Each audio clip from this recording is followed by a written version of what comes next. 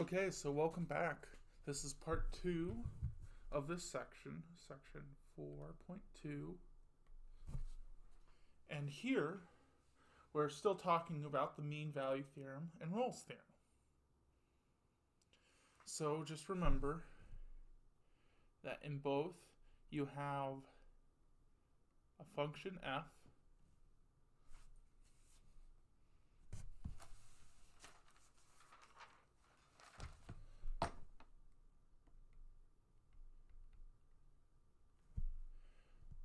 such that the first one says that you have that's continuous on this closed interval where a, b are numbers. You have that it's differentiable, or its derivative exists on an open interval AB. And then I'll put it as 3R for Rolle's theorem. You need that f of A equals f of B. Then what the mean value theorem will say here is there is C with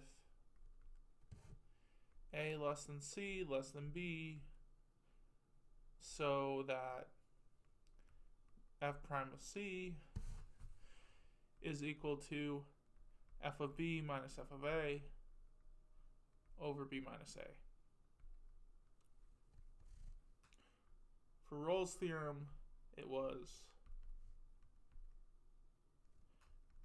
there is C that lies in between A and B,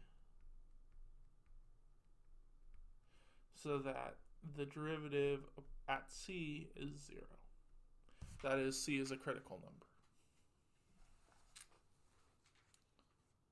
Now, last time we talked about, well, what's the intuition going on?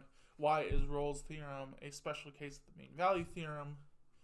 And that would have been further emphasized in the supplementary videos that was available on campus. So today we're going to mainly be talking about, well, using mean value theorem, can we find what this C is? What is this C value, this value that lies in between that satisfies that condition?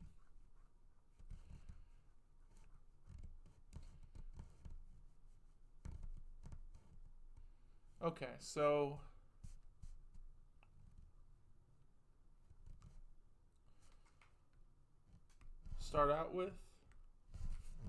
let's start with this example.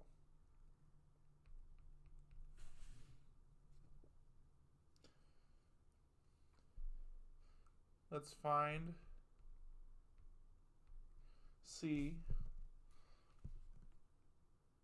given that our function is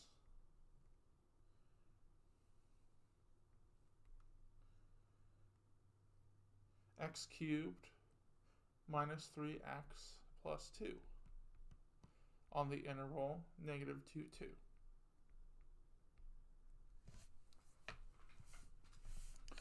So the mean value theorem says on negative 2, 2, is it continuous?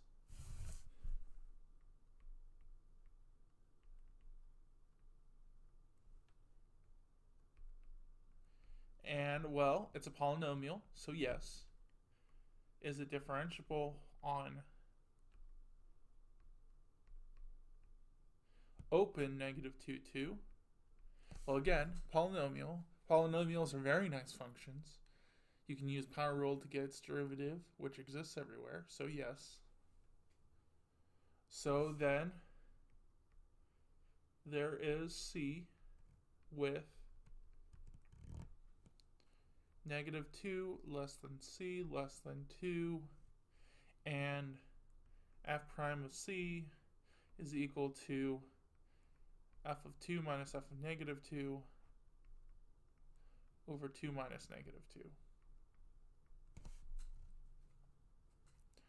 Now, we can find what the f prime of x is, right? That's just our power rule. It's beginning of last chapter stuff. It's 3x squared minus 3. So you could say that f prime of c is 3c squared minus 3. And we can find what f of 2 is and f of negative 2. So for f of 2, you pull out your calculator. So you'll get that this is going to be negative 8, and then minus 3 times negative 2 plus 2 gives you 0. And then f of a positive 2, well, that's going to give us 8 minus 3 times 2 plus 2 gives us a positive 4. So what the mean value theorem will now say is that, and let's clear some space up here,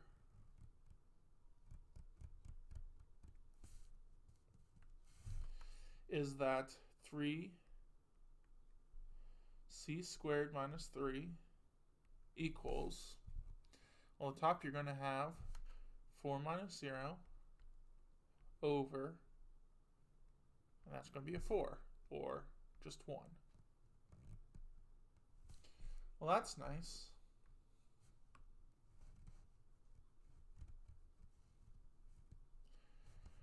It's a pretty nice equation. We're just solving for c at this point. So 3c squared equals, add 3 to both sides and you get 4. C squared equals 4/3. So c is plus or minus 2 over square root of 3. And I'm not going to care that you rationalize that, but just for an approximation, 2 over square root of 3 is approximately 1.155, which is going to lie in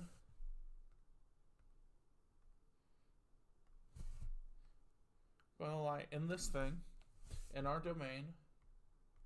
So in this case, we did find the c, and in fact, we didn't just find one c, we found 2 of them. So this would be our answer on what c is. We verified it satisfied the mean value theorem, and then we computed, well, what are those c's? They're not great, like very nice numbers, because you have a radical in the denominator, but they are numbers nonetheless.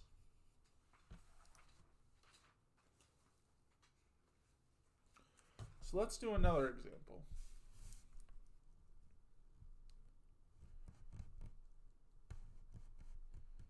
This next one, I'm going to write it, and then I would like you to pause the video and try to work out details for yourself before I continue.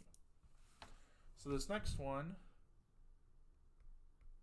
verify it satisfies the mean value theorem, and then find such c, as we did in the last example. So we're going to take 1 over x, and it's going to be on the interval 1, 3. So please pause the video before we continue.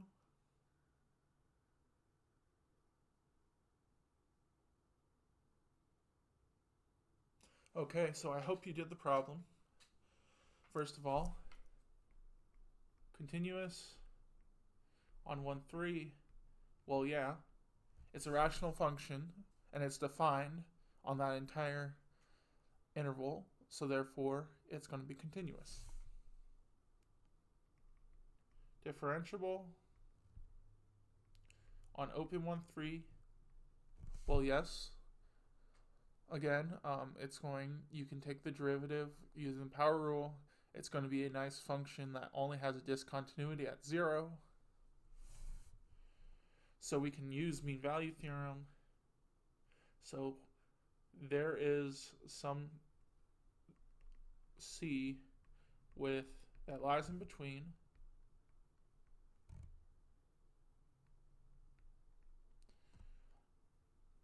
so that the derivative of C is equal to f of 3 minus f of 1 over 3 minus 1. Or sorry, excuse me, not f in this case. This will be G.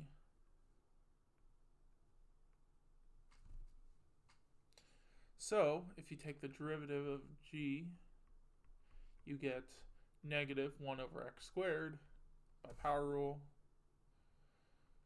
because 1 over x is the same as x to the negative first power.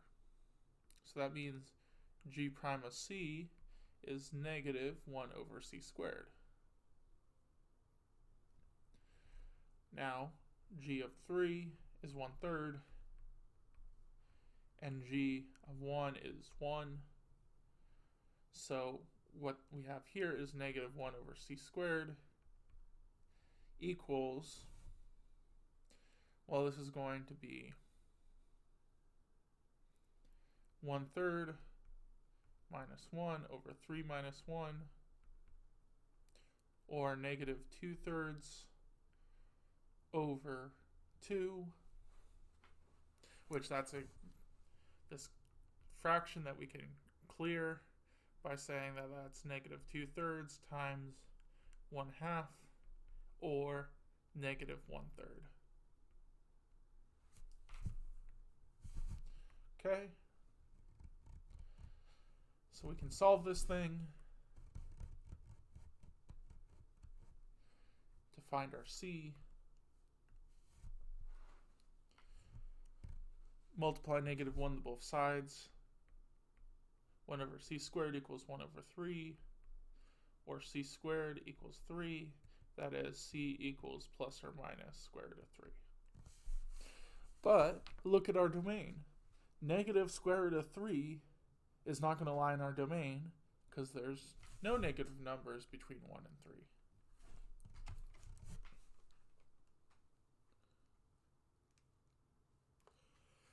And now, if you use a calculator, square root of 3 is approximately 1.732, which the positive one is in the domain, meaning that the C value we want, we only get one of them, and it's a positive one, approximately 1.732, although it is exactly square root of 3.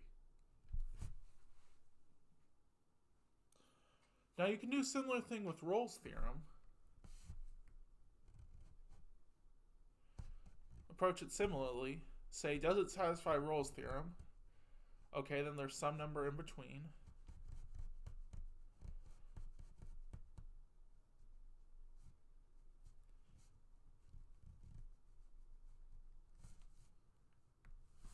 So like if we take f of x equals x plus 1 over x on 1,3, it's continuous, it's differentiable, and oh, sorry, not on 1,3, I apologize, on 1/2 2. The only thing you need to check is what f of 1/2, and well, that's 1/2 plus 1 over 1/2, or 1/2 plus 2, 5/2. Now what's f of 2? Well, that's going to be 1/2 plus, it's going to be, 2 plus 1/2, or 5/2. So it satisfies Rolle's theorem, which means there is C that lies in between 1/2 and 2, such that f prime of c equals 0. That is, by taking the derivative, 1 minus 1 over c squared equals 0.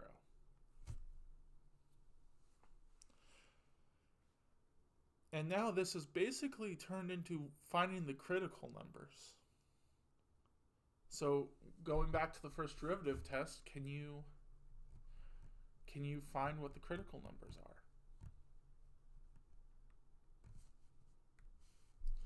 So 1 equals 1 over c squared.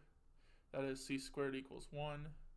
So c equals plus or minus 1. But our interval doesn't contain any negative numbers, so c is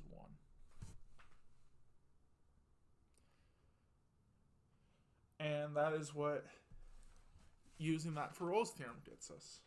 A little different than the mean value theorem ones. Now, that's it for Rolle's theorem and mean value theorem. In the textbook, there's a couple corollaries related to the idea of these, but as far as what we need to know for this section, it's basically it. Be sure to check Canvas and do all the problems listed there. There's a worksheet to do, and well, I'll join you on Monday as we go to talk about 4.4 L'Hopital's rule.